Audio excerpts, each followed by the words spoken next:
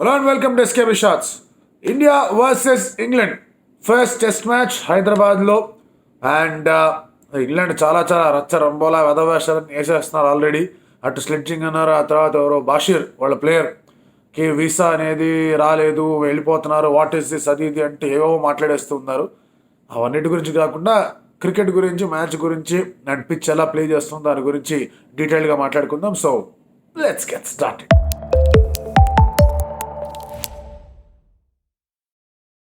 India versus England, ఈ series అనేది ఇంగ్లాండ్కి చాలా ఇంపార్టెంట్, ఇండియాకి కూడా చాలా ఇంపార్టెంట్.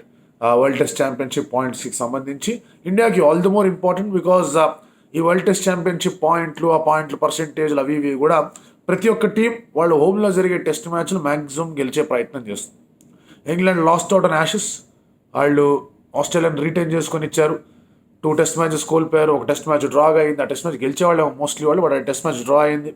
సో ఆ తర్వాత మళ్ళీ ఆ హోమ్ అడ్వాంటేజ్ పోయింది కాబట్టి ఇండియాలో గెలుద్దామనే ఆలోచనతో వస్తున్నారు. లాస్ట్ టైం ఇండియా యాక్చువల్గా ఒక సిరీస్ ఓడిపోయింది, బయలాటరల్ టెస్ట్ మ్యాచ్ సిరీస్ ఓడిపోయింది, వాజ్ అగేన్స్ట్ ఇంగ్లాండ్ 2012లో. ఆ తర్వాత నుంచి ఇండియా బయలాటరల్ టెస్ట్ మ్యాచ్ ఏది కూడా ఇండియాలో ఓడిపోవాలి. అలాగే ఇంగ్లాండ్కి సంబంధించి లాస్ట్ టైం వాళ్ళు వచ్చినప్పుడు జో రూట్ అద్భుతమైన రీతిలో ఆడి ఆ ఫస్ట్ చెన్నై టెస్ట్ అనేది గెలుచుకున్నాడు.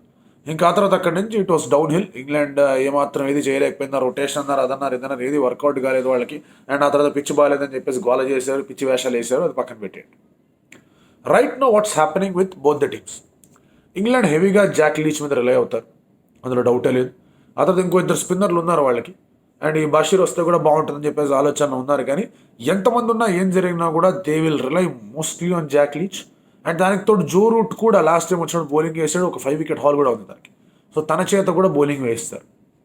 సో ఈ యొక్క నేపథ్యంలో Joe Root comes back and bowls is off spin. ఇండియాకి ఆఫ్ స్పిన్ వీక్నెస్ ఉంది కాబట్టి ఆ లెఫ్ట్ ఆర్మ్ వీక్నెస్ కూడా ఉంది.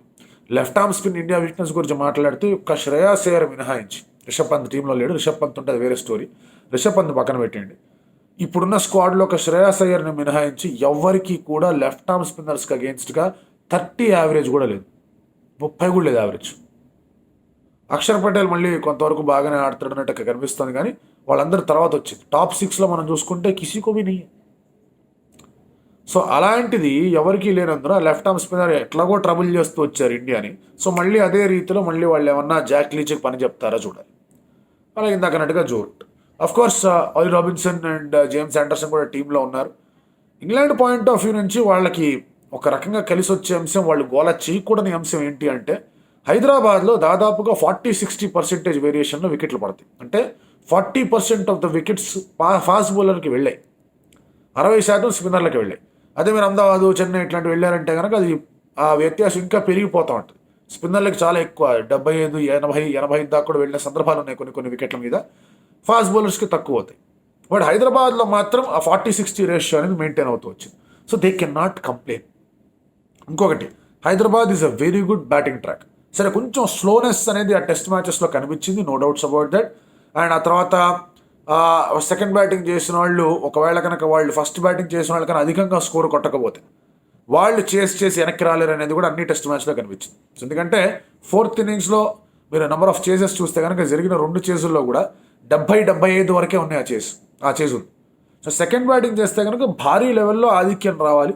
ఆధిక్యం లేకుండా వెనకబడ్డారంటే కనుక మోస్ట్ ప్రాబబ్లీ మ్యాచ్ ఓడిపోతారనేది కనిపిస్తుంది.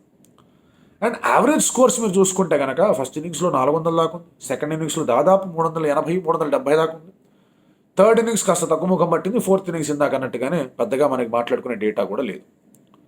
సో ఈ నేపథ్యంలో England can never complain saying that pitch ఏంటి, అదేంటి, డస్ట్ బౌల్ ఏంటి, అది అలా అన్నారంటే కనుక కాళ్ళు రక్కొట్టాలి. అలా మనం చేయలేం, కానీ at least please play cricket and shut up అని చెప్పాలి. ఆల్రెడీ రెచ్చిపోతున్నారు, విరాట్ కోహ్లీ ఏమీ గెలవలేదు, స్లెడ్జింగ్ చేయండి, అతన్ని రెచ్చగొట్టండి అని. ఆ తర్వాత అశ్విన్ వచ్చినప్పుడు తను ఇంకో రకంగా చేయండి అని. తర్వాత అంత తేలికేం కాదు, ఎవరో మాట్లాడేస్తున్నారు, మాటలు చాలా గట్టిగానే మాట్లాడతారు. ఒక్క టెస్ట్ మ్యాచ్ ఎడ్జ్ బ్యాస్టర్లో బ్యాస్ బాల్ ఆడి గెలిచారు, అది కూడా వాళ్ళ గ్రౌండ్లో, అది కూడా సిరీస్ ఏం గెలవాలా. మళ్ళీ వాళ్ళు 2-1 ఉన్నదాన్ని 2-2 చేసుకుని స్క్వేర్ చేసుకుని ఏదో పెద్ద విజయం సాధించేసాం, టెస్ట్ మ్యాచ్లో ఇండియాను ఓడించేసాం అంత ఫీల్డ్లో కొట్టారండి. వాళ్ళు ఇండియాకి వచ్చినప్పుడు ఏం జరిగిందో వాళ్ళకి తెలుసు. 2021లో 3 టెస్ట్ మ్యాచ్లు ఇండియా గెలిచి వాళ్ళు పంపించేసింది వెనక్కి. అంతకుముందు వచ్చినప్పుడు 4 గెలిచి వెనక్కి పంపించింది. ఏదో 2012లో ఒకసారి వాళ్ళు రెండు మ్యాచ్లు గెలిచారు, ఓకే బాగానే ఉంది అనుకున్నారు, కానీ India has always been getting the better of dum.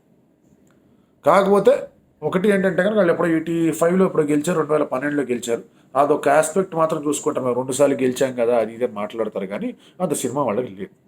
Especially వాళ్ళు ఇటువంటి టాక్టిక్స్కి వెళ్ళారంటే కనుక ఛాన్సే లేదు. బట్ వాళ్ళు మరీ అంత లైట్ తీసుకునే టీం కూడా కాదు. Joe Root is a terrific player of spin, చాలా బాగా ఆడతాడు స్పిన్ని. అండ్ లాస్ట్ టైం వచ్చేటప్పుడు హీ స్టూడ్ అవుట్, డబుల్ 100 కూడా కొట్టాడు. అంతకుముందు శ్రీలంకకి వెళ్ళినప్పుడు అక్కడ వాళ్ళకి అగెన్స్ట్గా బాగా ఆడొచ్చాడు. సో అలాంటి పరిస్థితుల్లో Joe Root is the standout player of spin. Bairstow spin ఆడగలడు కొంతవరకు, బట్ బేర్స్తో అటాకింగ్ ఇన్నింగ్స్ ఆడితే వికెట్లు పడే పాసిబిలిటీలు ఎక్కువగా ఉంటాయి. ఇంకోటి, ఈ బ్యాస్ బాల్ ఇదంతా వచ్చిన తర్వాత మీరు అబ్జర్వ్ చేస్తే వాళ్ళ రన్ రేట్ ఏదైతే ఉందో వాళ్ళ run rate is very high. అంటే సెకండ్ బెస్ట్ రన్ రేట్ ఉన్న వాళ్ళకన్నా వీళ్ళ రన్ రేట్ అనేది చాలా ఎక్కువగా ఉంది, దాదాపు 1.2 రన్స్ పర్ ఓవర్ ఎక్కువగా ఉంది. బ్యాట్స్మెన్ స్ట్రైక్ రేట్ అనేది బాగా పెరిగింది. జో రూట్ లాంటి వాళ్ళే ఆ స్కూప్లు ఆడి ఆడుతున్నారు, తన స్ట్రైకింగ్ రేట్ కూడా బాగా పెరిగింది. అండ్ టాప్ 7 బ్యాటర్స్లో బాది వదిలిపెట్టే ఒక టాక్టిక్ని వాళ్ళు ఎంచుకున్నారు, అది బాగా వర్కౌట్ అయింది. బ్రూక్ ఈజ్ నాట్ దేర్, అది వాళ్ళకి కొంచెం ఇబ్బంది కలిగించే అంశమే అవ్వచ్చు. టెస్ట్ మ్యాచెస్లో Brook has done well, but again తను కూడా ఇండియాలో పెద్దగా తనకి వచ్చిన ఆడిన లిమిటెడ్ ఆపర్చునిటీస్లో ఒకే ఒకసారి ఎంతో కొట్టాడు, అది కూడా white ball. So they are heavily reliant on Joe Root. సరే, ఇప్పుడు ఇక్కడ ఈ బెన్ డకెట్ ఏమైనా చేస్తాడా, జాక్ క్రాలీ ఏమైనా చేస్తారా అనేది చాలా మినిమల్ కాంట్రిబ్యూషన్స్ అనేవి వస్తాయి. బెన్ స్టోక్స్ దగ్గర నుంచి కూడా is more of an attacking player. So తన దగ్గర నుంచి ఆ రిజాల్వ్, ఆ డిటర్మినేషన్, ఆ పట్టుదల, ఒక test match kind of an innings వస్తుందా, జాగ్రత్తగా ఆడే ఇన్నింగ్స్ డెవలప్ చేసుకుంటాడని మాత్రం కనిపించట్లేదు. ఎందుకు ఈ మాట చెప్తున్నానంటే కనుక హైదరాబాద్లో మీరు అబ్జర్వ్ చేస్తే ఆ people like Kane Williamson got runs, Virat Kohli, Cheteshwar Pujara got runs, Murali విజయ్కి ఒక అద్భుతమైన నాక్ ఉంది. తర్వాత మీరు అబ్జర్వ్ చేస్తారు, అఫ్ కోర్స్ బ్రెండన్ మెక్కలంకి, వీరేంద్ర సెహ్వాగ్ కూడా మంచి నాక్. టెస్ట్ మ్యాచ్ గురించి మాట్లాడతాం, వాళ్ళకు కూడా మంచి నాక్స్ అనేవి కనిపిస్తూ వచ్చిన గత కొన్ని మ్యాచెస్గా మనం మాట్లాడుకుంటే కనుక, ఎప్పటి నుంచి మనం లిస్ట్ చేసుకుంటే ఆ టాప్ రన్ గెటర్స్ ఎవరైనా చూసినా కూడా ఎవరైతే వాళ్ళు కొంచెం జాగ్రత్తగా ఆచితూచి ఇన్నింగ్స్ ఆడారో they always made merry. And అది కూడా at a very good strike rate. Cheteshwar Pujara లాంటి వాళ్ళు దాదాపు 58 స్ట్రైక్ రేట్తో కొట్టారు పరుగులు, విరాట్ కోహ్లీ 68 స్ట్రైక్ రేట్తో కొట్టాడు పరుగులు. So they got a very good. ఇంకా మెక్కలం సేవాగ్ గురించి ఇంకా చెప్పక్కల, వాళ్ళు ఏ స్ట్రైక్ రేట్తో కొడతారు. మురళీ విజయ్ కూడా బాగా ఆడిన ఇన్నింగ్స్.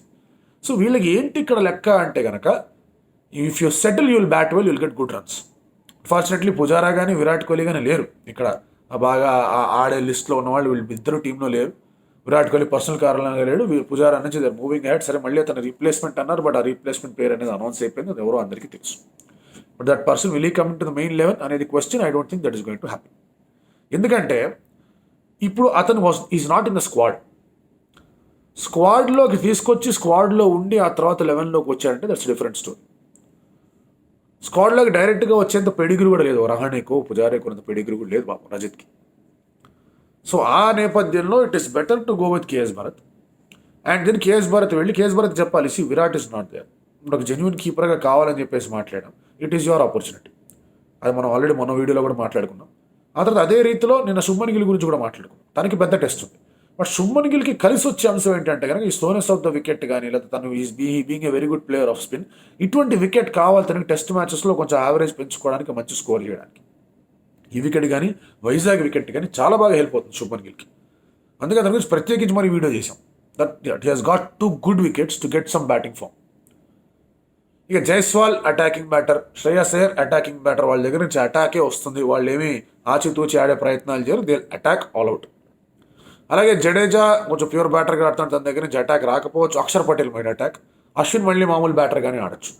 నేను ఇందాక అక్షర్ పటేల్ గురించి పేరు చెప్పారంటే కనుక, ముగ్గురు పేసర్లతో వెళ్ళే ఐడియా మాత్రం ఇండియా చేయదు వికెట్ మీద. India has always been spin friendly, అంటే ఆ సెలక్షన్ మీద ఉంటుంది. ఐడియలీ ముగ్గురు పేసర్లతో వెళ్ళి, 2 స్పిన్నర్లతో వెళ్ళి ఆడి చూడాలి ఎలా ఉంటుంది అనేది. వరల్డ్ టెస్ట్ ఛాంపియన్షిప్ ప్రిపరేషన్కి అదే కరెక్ట్ యాక్చువల్గా. ఎస్పెషల్లీ ఇటువంటి వికెట్స్ మీద ట్రై చేయొచ్చు, వేర్ 40% ఫాస్ట్ బౌలర్స్కి వికెట్లు ఉన్నాయి. ఎందుకంటే మీరు ఉమేష్ యాదవ్ లాంటి వాళ్ళకి బాగా వికెట్లు వచ్చాయి వికెట్ మీద, ఈ హైదరాబాద్ పిచ్ మీద. సో అలాంటివి మనం ఆలోచించుకొని మరి ఇండియా ఏమైనా సెలెక్షన్ చేస్తుందా లేదా చూడాలి. But who's the third pacer అనేది ఇంకొక question. Will they play Mukesh or లేదు అక్షర్, అశ్విన్, జడేజా ఆడించేస్తారా 7, 8, 9 and then Bumrah and Siraj will play. ఇక బుమ్రా అండ్ సిరాజ్ ఆడారంటే కనుక వాళ్ళకే వికెట్లు వచ్చే పాసిబిలిటీలు కూడా ఎక్కువగా ఉన్నాయి, ఎందుకంటే genuine wicket taking bowler and కాస్త ఇనిషియల్ స్వింగ్ కూడా వెళ్తుంది. అండ్ ఇప్పుడు టెస్ట్ మ్యాచ్ ప్రోగ్రెస్ అవుతున్న కొద్దీ మీకు కొంచెం లో బౌన్స్ కూడా వచ్చే అవకాశాలు కనిపిస్తుంటాయి. అక్కడ Bumrah will become very very dangerous. కాస్త రివర్స్ స్వింగ్ అనేది ఇండియన్ వికెట్ మీద ఎస్జీ బాల్తో కనిపిస్తూ ఉంటుంది. ఆ, జేమ్స్ ఆండర్సన్ లాస్ట్ టైం వచ్చినప్పుడు కూడా ఎక్స్ప్లాయిట్ చేయగలిగాడు. చెన్నై టెస్ట్ మ్యాచ్లో లాస్ట్ డే ఇండియా ఓడిపోయిందంటే తను 3 వికెట్లు తీసాడు, వచ్చి టక టక టక 3 వికెట్లు కేవలం రివర్స్ స్వింగ్ వల్ల వచ్చేదానికి. సో అలాంటి ఎక్స్ప్లాయిటేషన్స్ ఇండియన్ బౌలర్స్ కూడా చేయగలరు.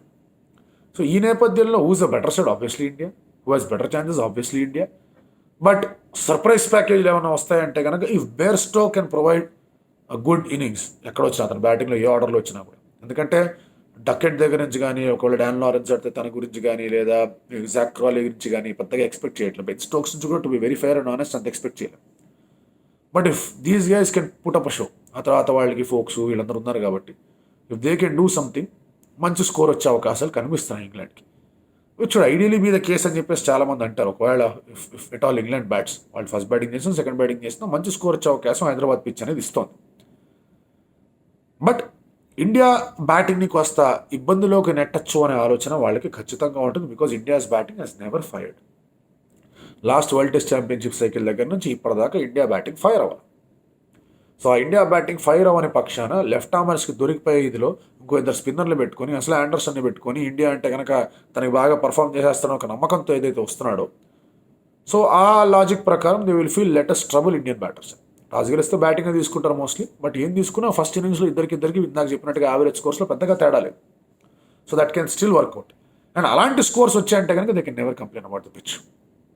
వాళ్ళ పిచ్ గురించి కంప్లైంట్ చేయకూడదు కదా అని చెప్పేసి మనమేం వాళ్ళకి ఎక్స్ట్రా హాస్పిటబుల్గా ఉండి రండి నాన్న అని చెప్పేసి కూర్చోబెట్టాల్సిన అవసరం ఏం లేదు. వాళ్ళే మనకు హాస్పిటబుల్గా ఉండరు, వాళ్ళు అసలు కనీసం రెస్పెక్ట్ కూడా ఇవ్వరు. లేదు, వాళ్ళు ద ఎంటైటిల్డ్ బ్యాచ్ లాగా ఫీల్ అవుతూ ఉంటారు. అసలు స్పాయిల్డ్ బ్రాట్లు అంటే వాళ్ళే English cricketers and former cricketers కూడా. ఇప్పుడు వాళ్ళతో కాదు కదా మన పోటీ అనేది, ఎవరేం మాట్లాడతారు అనేది గురించి కాదు, కానీ ఎవరేం ఆడతాడు అనేది ఉంది కాబట్టి ప్రధానంగా. సో ఆ విషయంలో కొన్ని కీ బ్యాటిల్స్ అనేవి కనిపిస్తాయి. Leach versus all the right handers, అలాగే మీకు అశ్విన్ వర్సెస్ స్టోక్స్ కానివ్వండి, అశ్విన్ వర్సెస్ రూట్ కానివ్వండి, అలాగే జడేజా అండ్ అక్షర్ పటేల్ వాళ్ళిద్దరూ ఇంగ్లాండ్ అగేన్స్ట్గా ఆడినప్పుడల్లా కూడా రచ్చరచ్చ చేశారు. అఫ్కోర్స్ లాస్ట్ టైం ఆ పిచ్చులు మరీ అలా ఉన్నాయని చెప్పేసి మీరు ఆర్గ్యూ చేయొచ్చు కాక, but still Akshar Patel 27 wickets వచ్చి తను ఆడిన 3 టెస్ట్ మ్యాచ్ల్లో. సో వాళ్ళ ముగ్గురు కూడా చాలా డేంజరస్గా తయారవుతారు వాళ్ళకి. But will be fascinated to see Rohit Sharma's approach. ఎందుకంటే కనుక యశస్వి జైస్వాల్ ఎలాగో గట్టిగా ఆడే ప్రయత్నాలు చేస్తాడు. మరి రోహిత్ శర్మ ఒక టిపికల్ టెస్ట్ ఇన్నింగ్స్ లాంటిది ఆడతాడా, లేదా తన స్టైల్లో వైట్ బాల్లో ఎలాగైతే స్టార్ట్స్ అనేవి ప్రొవైడ్ చేస్తున్నాడో అదే ప్రొవైడ్ చేస్తాడా? ఎందుకంటే లాస్ట్ టైం తను సౌత్ ఆఫ్రికాతో ఆడిన 2 ఇన్నింగ్స్లో కూడా సెకండ్ టెస్ట్ మ్యాచ్లో ఈ అటాక్ చేసి we have to score runs అనేది దీంట్లో వెళ్తాడా, లేదంటే కానీ ఇది మంచి పిచ్ కాబట్టి సెటిలే ఆడదాం అనుకుంటాడా? Will have to see how he performs. ఎందుకంటే ఒక ఎక్స్పీరియన్స్ బ్యాటర్గా మీరు, అఫ్కోర్స్ రోహిత్ శర్మ కూడా పెద్దగా ఆడేసాడు టెస్ట్ మ్యాచ్ అంటే లేదు, కానీ తనకున్న క్రికెటింగ్ అక్యుమెన్ కానీ, తనకున్న క్రికెట్ సెటప్ కానీ, ఆడిన మ్యాచ్లు కానీ ఇవన్నీ కూడా టాప్ 6 బ్యాటర్స్లో ఓడికి లేవు. So considering those things, definitely he's the most experienced campaigner. Terrific player of spin, ఇందులో డౌట్ లేదు. Excellent player of spin, excellent player of left arm spin, excellent player of left arm spin last కొన్ని innings మనం చెప్పలేకపోతున్నాం, but excellent player of spin and leg spin. So ఇటువంటి విషయంలో if he can get to a good start, especially last time England వచ్చినప్పుడు చెన్నైకి అగేన్స్ట్గా సెకండ్ మ్యాచ్లో తను కొట్టిన century is one of his best knocks. అంటే ఏ రేంజ్లో తన అద్భుతమైన ఆడాడు. మొన్న ఆస్ట్రేలియాకి అగేన్స్ట్గా వచ్చినప్పుడు కూడా ఇంకొక అలాంటి ఒక సిమిలర్ నాక్ కొట్టాడు 100. So he is a terrific player in spinning conditions, అందులో అబ్సల్యూట్లీ నో డౌట్. దాని తర్వాత Shreyas Iyer is also kind of a batter who goes for runs. Shreyas కొంచెం కింద వస్తాడు కాబట్టి 5 or 6 ఒకళ్ళు వికెట్లు పడిపోయినా కౌంటర్ అటాకింగ్ ఇన్నింగ్స్ ఆడే అవకాశాలు ఉంటాయి. పంతబాబు ఉంటే వేరే రకంగా ఉండేది సిచ్యువేషన్, బట్ లేడు. సో తను వచ్చేంత వరకు ఆగాలి. But it is going to be good match. And HCA వాళ్ళు కూడా కొంచెం పగ్గాలు మారిన తర్వాత they been doing good stuff లాగా కనిపిస్తోంది. స్కూల్ పిల్లలందరికీ రమ్మని చెప్పడం, రూఫ్లు అవి ఇవి వేయించేసేయడం, అండ్ ఎక్సలెంట్ ఫెసిలిటీస్ అనేవి కలిగించేలాగా చేయడం. సో వాళ్ళకి ఈ మ్యాచ్ రావడం, చాలా రోజుల తర్వాత మళ్ళీ ఒక టెస్ట్ మ్యాచ్ ఆడే అవకాశం కండక్ట్ చేసే అవకాశం రావడం. Let's hope we get a fantastic test match.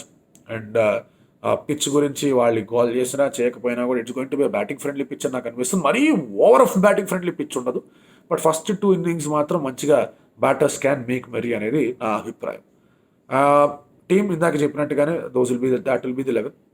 Bharat as keeper and Rahul, దానికన్నా ముందు శ్రేయస్ అయ్యర్, అంతకన్నా ముందు శుభ్మన్ గిల్, అంతకుముందు జైస్వాల్, రోహిత్ శర్మ, ఆ తర్వాత అశ్విన్, జడేజా, అక్షర్ పటేల్, బుమ్రా, సిరాజ్. అండ్ వాళ్ళ దగ్గర నుంచి కూడా Ollie, James Anderson and Jack Leach important బౌలర్స్గా కనిపిస్తూ ఉంటారు. మరి మిగిలిన బౌలింగ్ లైనప్లో ఎవరు తెచ్చుకుంటారో చూడాలి. మరి బెన్ ఫోక్స్ని ఆడిస్తారా, బేర్స్తో కీపింగ్ చేస్తారా అని చూసుకోవాల్సిన అంశం. మోస్ట్లీ బేర్స్తో కీపింగ్ చేయకపోవచ్చు. ఆ తర్వాత బ్యాటింగ్లో ఆఫ్ కోర్స్ వాళ్ళకి కొన్ని ట్రబుల్స్ ఉన్నా కూడా దే విల్ రిలై ఇందాక అన్నట్టుగానే జో రూట్ బెర్స్టో ఈ ఎక్స్పీరియన్స్ క్యాంపెయినర్స్ మీద బాగా గట్టిగా రిలై అవుతారు.